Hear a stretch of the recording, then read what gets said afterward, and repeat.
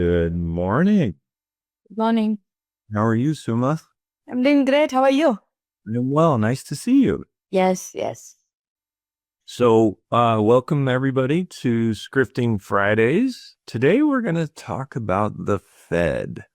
How many of you have had these conversations lately, right? Every day. Yeah.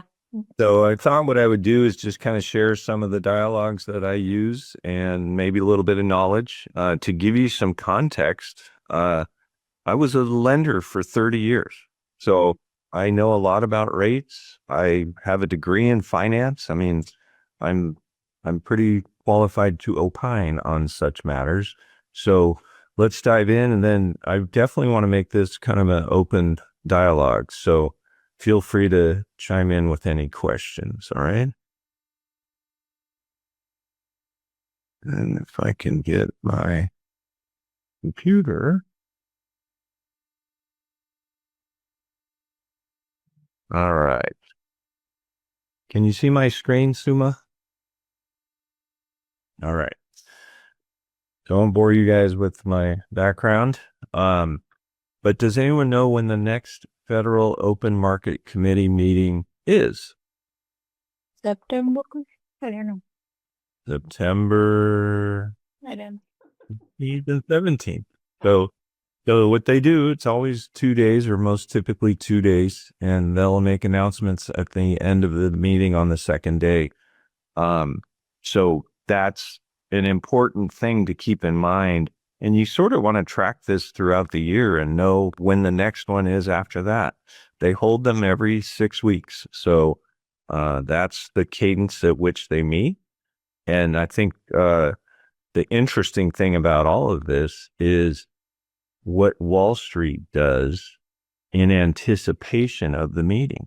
And a lot of realtors, a lot of loan officers don't even really realize this, but the weeks leading up to the meeting, rates actually will trend the direction that Wall Street thinks the Fed's going to go, right?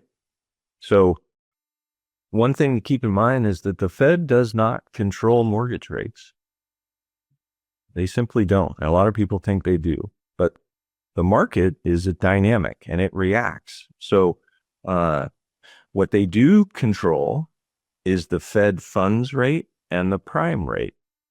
And the Fed funds rate is the cost of money between institutions, right? Because I don't know if you realize this. Let me stop sharing so I can look at you. There's capitalization requirements. So when banks lend out money, they have to have a certain amount of money on deposit. And that's to avoid going bust, right? So overnight funds between banks happens all the time so that they can meet their cap requirements, which is short for capitalization requirements, right? So if I make a bunch of mortgage loans today and I lend out 300 million, but I don't meet the cap requirement of cash on hand, I might reach out to the Bank of Suma and ask for a loan. And the typical loan rate that you're going to lend it to me at is the Fed funds rate. So when that, I mean, that's just a part of my business. I have to do that. And Bank of Suma and I have a good relationship. So she's always happy to put her money out into the market and get a return on it. If the Fed funds rate goes down, that puts me as a lender in a position to lend the money out at a lower rate. Pretty straightforward, right? It's supply and demand, basic economics. But a lot of people think, oh, the Fed's going to lower mortgage rates. They don't. That's not, what they do, right? So what they will do, though, is when they adjust those rates, the investor pool may move their money out of overnight investments and into bonds, because those rates could be more attractive now if the Fed funds rate goes low enough, right? And mortgage rates and bond prices are reciprocal of one another.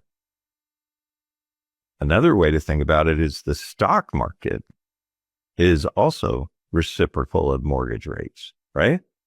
Because bond prices work the opposite. So what does all that mean? That means if the stock market is surging, rates are going down, right? Sorry, I said that backwards. Rates are going up. We want the stock market to suffer a bit when we're looking to refi or buy a house, because then rates will be lower. So I'm getting a little bit into the weeds, but the key component of all this is that the weeks leading up to the meeting, all of this activity is happening in the market. And what you'll see is interest rates moving in the direction that they believe the Fed is going to take action. That's why the last few meetings, rates have stayed static, right? And that's because Wall Street didn't believe the Fed was going to do anything. And sure enough, they didn't. Has anyone paid attention to what rates are doing right now? Well, we're going to talk about that, right? But that's the key part of all this. And that's why I really want to make sure everyone understands that. You really have to pay attention to what are rates doing in the 2 or 3 weeks before September 16th, right? Because there could be an opportunity for your client, both buyers and sellers. And that's what we're going to talk today about, dialogues for both buyers and sellers in anticipation of a meeting. And then also after the meeting, what if the Fed did something? What if they did nothing? How do I talk to my clients in those circumstances? Right? So do you know what the Wall Street thinks the Fed's going to do on September 17th? No? All right. Well, we're going to talk about that, right? But here's what I do leading up to the meeting. When I'm talking to buyers, I want to educate them. Just what I just did with you guys, right? Hey, buyer, did you know that interest rates will actually fluctuate before the meeting? Everyone assumes Fed cuts rates on the 17th, on the 18th, I'm going to lock. That's not how it works, right? Because of the movement of money, rates will trend one direction or the other before the meeting happens. So I coach my clients on that phenomenon, and then I coach them on, well, what is Wall Street thinking right now that the Fed's going to do, right? If it's a seller, it's the same thing. I educate them on the dynamic, and then I explain what will happen if they do something or if they don't do something. And what is that doing? When I'm educating my clients, it's increasing my credibility, right? All of us as professionals want to demonstrate character and competence every time we speak, right? Because when you do that, it elevates the opinion in the consumer's mind of you, and that they, I genuinely, this is going to sound arrogant, but you have to have enough confidence in yourself to feel like, man, every buyer and seller I come in contact with is blessed to have met me. Like, I'm bringing value to them. And I want them to, I don't tell them that, right? But I show them that. And that's what gets them to tell all their friends. That's why I get a ton of referrals. That's why I get a ton of repeat customers.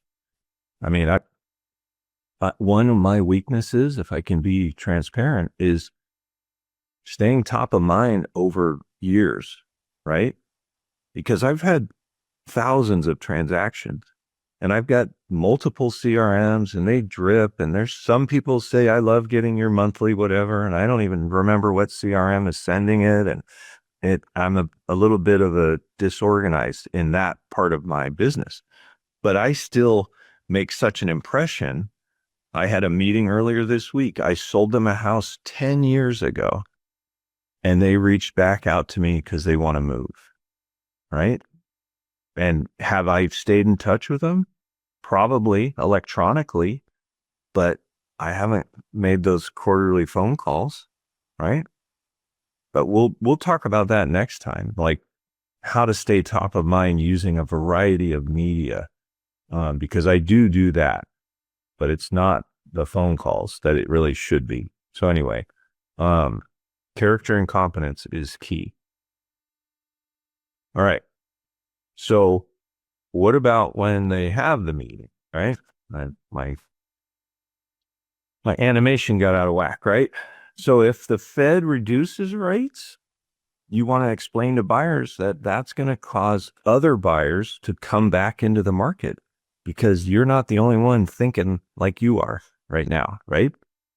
So the time to act is now, right? I am always encouraging buyers to buy right away. And there's always a way to justify that advice, right? So right now, the justification is, hey, when rates trend down, the bidding wars are going to come back, right? So we want to get ahead of that, right? I'll even quantify it. If you're talking to a buyer, and this is how I talk when it's specifically a particular buyer, so I know what price range they're looking in because I can use numbers to compel them, right? So let's say we have a buyer that's looking in the $700,000 range. And I'll say something to this effect. Would you rather buy for $650 because we can negotiate down, even though the interest rate is at 6.5 or 6 3/4, and then refi some point in the next 24 months or in the next 6 months, really, right? Or would you rather wait 6 months for rates to go down? That asset, that $700,000 asset 6 months from now has gone up in value. It's $750 now. And you're in a bidding war, so you're paying $800 to $850 for it. Would you rather get it for $650 and refi later, or get it for $850 and get a great rate right out of the gates? It's a no-brainer, right? And the other thing I'll tell them, and that you should look at your own business and analyze your buyer volume. But over the last 12 months, 80% of my buyers, I've been able to negotiate a 2-1 buy down for them paid by the seller. So even though rates were at 6 7/8, let's say, they're at 4 7/8 for a year, and then 5 7/8 for a year, and then 6 7/8 for 28 years, but they're refining at some point in those first 2 years. Right? So these are all levers and, influences that I can place on my buyer clients to motivate them. I'm not manipulating anybody, but I'm making them aware that waiting will cost them money, right? The other thing you guys should all analyze in your marketplace is what's your inventory numbers like, right? Like we touched on this in a Agent Power Huddle a few weeks ago, but I'll bring it up now because it's relevant. In the last 60 days here in Seattle, where I'm sitting, our inventory has doubled. We went from 10,000 houses on the market to 20,000 in our state. That's a statewide number. Well, you would think that's enough to shift from a seller's market to a buyer's market. But do you know what the inventory number moved from? 2.3 months. And you guys all know that 6 months is the tipping point, right? Anything above 6 months is a buyer's market. We are at 2.3 and our inventory doubled. So you would think it would go to 5. It went to 2.5. It barely moved. And that's because the transaction volume increased, not in lockstep with the inventory increasing, but enough that the turnover ratio still kept us under 3 months of inventory. And I just checked it again last week and it's 2.6. So it's creeping up, but it's still a strong seller's market. And you guys have all heard me say this, but in case you haven't, here's how I describe the market to people. We are in what I call a surreal market. And what I mean by that is it's a seller's market by definition, but it's behaving like a buyer's market. And that's due to buyer apprehension, right? Buyers are nervous. They're scared. They don't know what to expect. Economic uncertainty is terrifying to somebody who's thinking about spending $700,000 or whatever, the biggest expenditure in their life. And there's economic uncertainty. And, we're humans, right? So our brains go to dark places. So they're thinking, I know if I bought a house, the value is going to plummet the day after I buy it, right? Or I know if I bought a house at today's rates are going to go way down right after I buy it, right? Neither of those things are true, but that's what they fear. And unless you can get in touch with them and have an adult conversation with them, they're going to just bump along in that, ignorance is bliss sort of mode. So always be educating. That's actually one of the dialogues I use with buyers at the very beginning. Hey, I have the heart of an educator, and you're going to leave this process smarter than you entered it. And hopefully that's good news to you. And 100% of the time they're like, yeah, that would be great, because they don't feel very knowledgeable, right? They feel kind of ignorant, but they're happy to have you as their Sherpa. And when you set the tone at the beginning that you're going to be educating them along the way, that just makes them hungry for that education, right? So use that dialogue for sure. All right. What if the Fed does nothing? Well, for buyers, you want to educate them on why that's temporary, more than likely.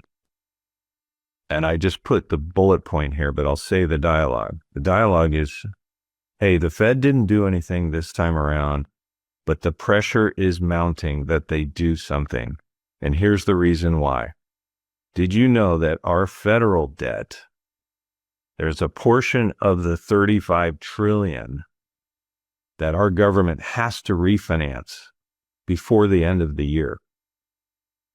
So that's why Trump is hammering on Jerome Powell. And I don't get political. I just say everyone recognizes that Trump bashes that guy every opportunity. That's why, right? So at some point, Powell is going to have to comply.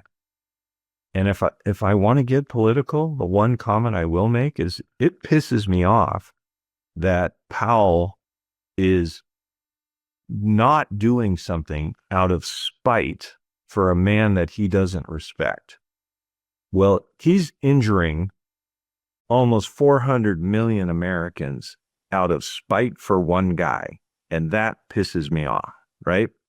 But that's the only political point I would ever make.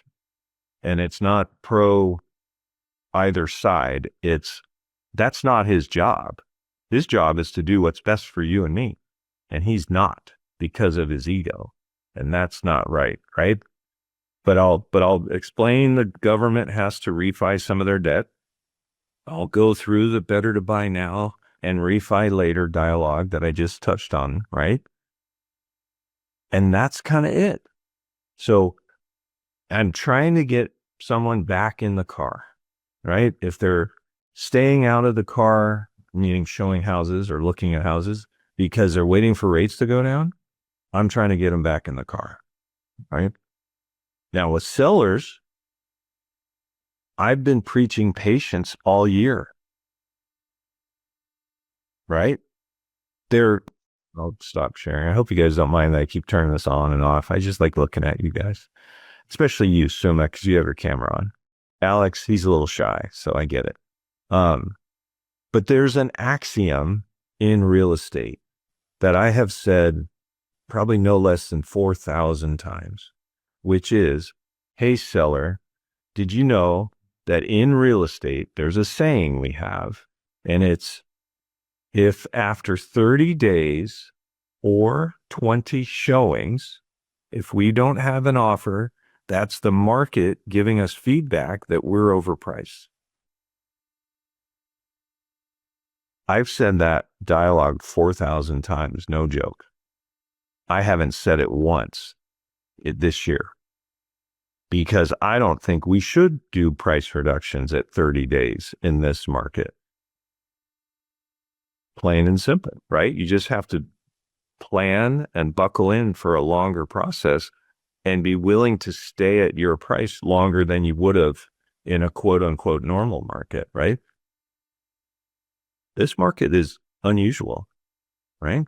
If you guys were on the Agent Collective Mastermind on Monday, Jesse made a comment about how we haven't seen a market like this in quite a while. And I chimed in and said, we've never seen a market like this. Think about it, right? And the point I made in the mastermind was, I've been doing this 38 years. And every year, every different market that I've seen, somebody who's moving from one house to another, so they're buying and selling, right? They're doing both of those things in the same market. So if it's a hot market and I sell my current house, I might get a bidding war. But then when I go to buy the next house, I'm going to participate in a bidding war and be in a multiple offer scenario, right? Or if it's a crappy market, it might take me longer to sell my house and I might have to give a big discount to get it sold. But then I'm going to go get a big discount on the house I buy. Well, in this market, if I dial up my house, meaning make it turnkey and move-in ready, I have a potential of getting multiple offers on my house if I price it right. But then when I go to buy, I can negotiate fiercely with that seller and get a discount. So I'm literally selling in one market, but buying in another. And that just doesn't happen, right? So that's the longer version of why I call it a surreal market.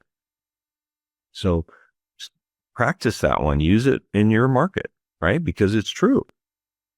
All right, let me go back to the slide. So I preach patience to sellers if the Fed doesn't do anything, and then I'll give an example. So think of a success that you've had that was a result of being patient. And I'll tell you mine, because if you don't have one, you could use mine and say, well, I know this guy that I'm on this weekly Zoom meeting and this is what happened. This is why we should be patient, right? I had a listing that closed last month. It was 48 days on the market before we got an offer. And I was preaching patience, patience, patience to my seller. Do you know what it closed at? After 48 days, how big of a discount do you think we had to give? None. We closed at the list price, full price, after 48 days. So what does that tell you? If I were talking to you, Suma, because you're my seller, I would tell you that story and I would say, so what does that tell you? Two things. One is that I preached patience. That's right. Patience pays. And number two, that I'm a better negotiator than the buyer had. Right. So I'm elevating their opinion of me by using data to do that. Right. And if you guys wanted to use that story, not as your own, but just say, you know, I mastermind with this group and one of the guys had this happen and we practice and coach and train on negotiations and scripting and all this stuff because I'm a skilled negotiator too, right? You can do that. I tell my whole team to do that. Like my story is your story. Like it doesn't affect me. So anyway, but if you have your own story on how patience paid off, share it, right? The credibility is higher when it's firsthand info. All right, let me get you guys out of the way. That slide, that's from last week. That's what we wanted. So what does your crystal ball say? Suma, what do you think's going to happen? I think interest rate might reduce little bit and it won't affect that much. So go down a little bit, but not that much. Yeah. Okay. Alex, do you want to chime in? Mike? Sam? I guess they will lower by 0.25%, and that has already been reflected in the mortgage rates. That's right. You nailed it, Sam. So remember what I said at the beginning. Wall Street starts to act in a direction that they believe the Fed is going to take action. So rates are trending down already. And that's evidence that the Fed's going to do a 25 basis point adjustment. Now, last year, I don't know if you guys remember, but they did 3 75 basis point adjustments. So could they do a bigger number than 25? Sure. Will they? Probably not. I think Powell's ego is going to keep him from doing more than that. But that's what Wall Street is telling us, right? 6.58. Lowest in 10 months. And hopefully it goes lower, right? Because remember, I said in the weeks leading up, well, we still have 4 weeks until the meeting, the 16th, right? Today's the 15th of August. So stay tuned, right? And find an daily email or a daily YouTube video or whatever so that you can stay in tune with what rates are doing. Because rates change daily and even within the day. You can have interday changes, right? So pay attention. One thing I want to make sure you guys know, I created a custom GPT. It's at whatwouldEdsay.com. And you have to have a Chat GPT account, but it can be the free account in order to use it. And if you can't find it, just go into Chat GPT, go into the GPT marketplace and just type Ed Laine and you'll find a couple of them. I actually plan to make more, but I haven't had time. But this one's up there. There's a second one that's in there, like a client concierge one. All right. I always try and leave the last couple minutes for open Q&A. If somebody has a dialogue or a script that they're struggling with and would like to know what would Ed say, I can give that to you live now, or you can go to that website later. Does anybody have a question?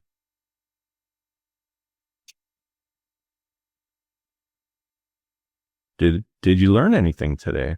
Oh, of course. Oh, good. I'm glad.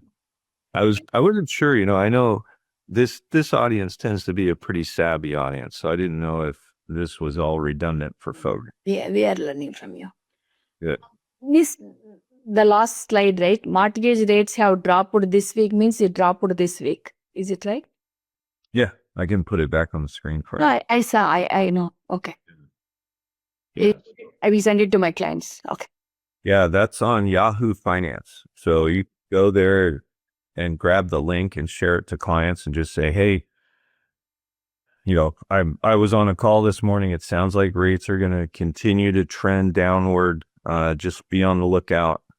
We could talk just for a second if you want about options that people have, because if you talk to your lender, you can ask them, hey, do you have a float down feature? Because a lot of lenders will allow a borrower to lock in a rate, but if rates go lower, they can float down with the lower rate. And that's because the lender doesn't want to lose that borrower just because they locked with me and then rates went lower and they had to, if I won't let them change, they're going to leave me and go with somebody else. So, make sure not all lenders do that though. So you want to make sure your lender does take advantage. So, all right. Well, I appreciate all of you. Thanks. Thank you so much. And we'll see you next week. What do we just talked about something to cover next week. What was it? What do you want to cover? I'll have to watch the video again to remember. But it'll be something good, I promise. All right. You guys have a wonderful day. Thank you. Thank you so much. If you'd like more information or to get connected to the Agent Power Huddle, join our free Facebook group. This call was designed for the agents in our EXP organization, but open to any agent from any brokerage. If you're a guest and you're interested in learning more about EXP or our specific resources within the Agent Collective, reach out to the person who invited you to this call to get more info. Produced by the Agent Collective Media Network.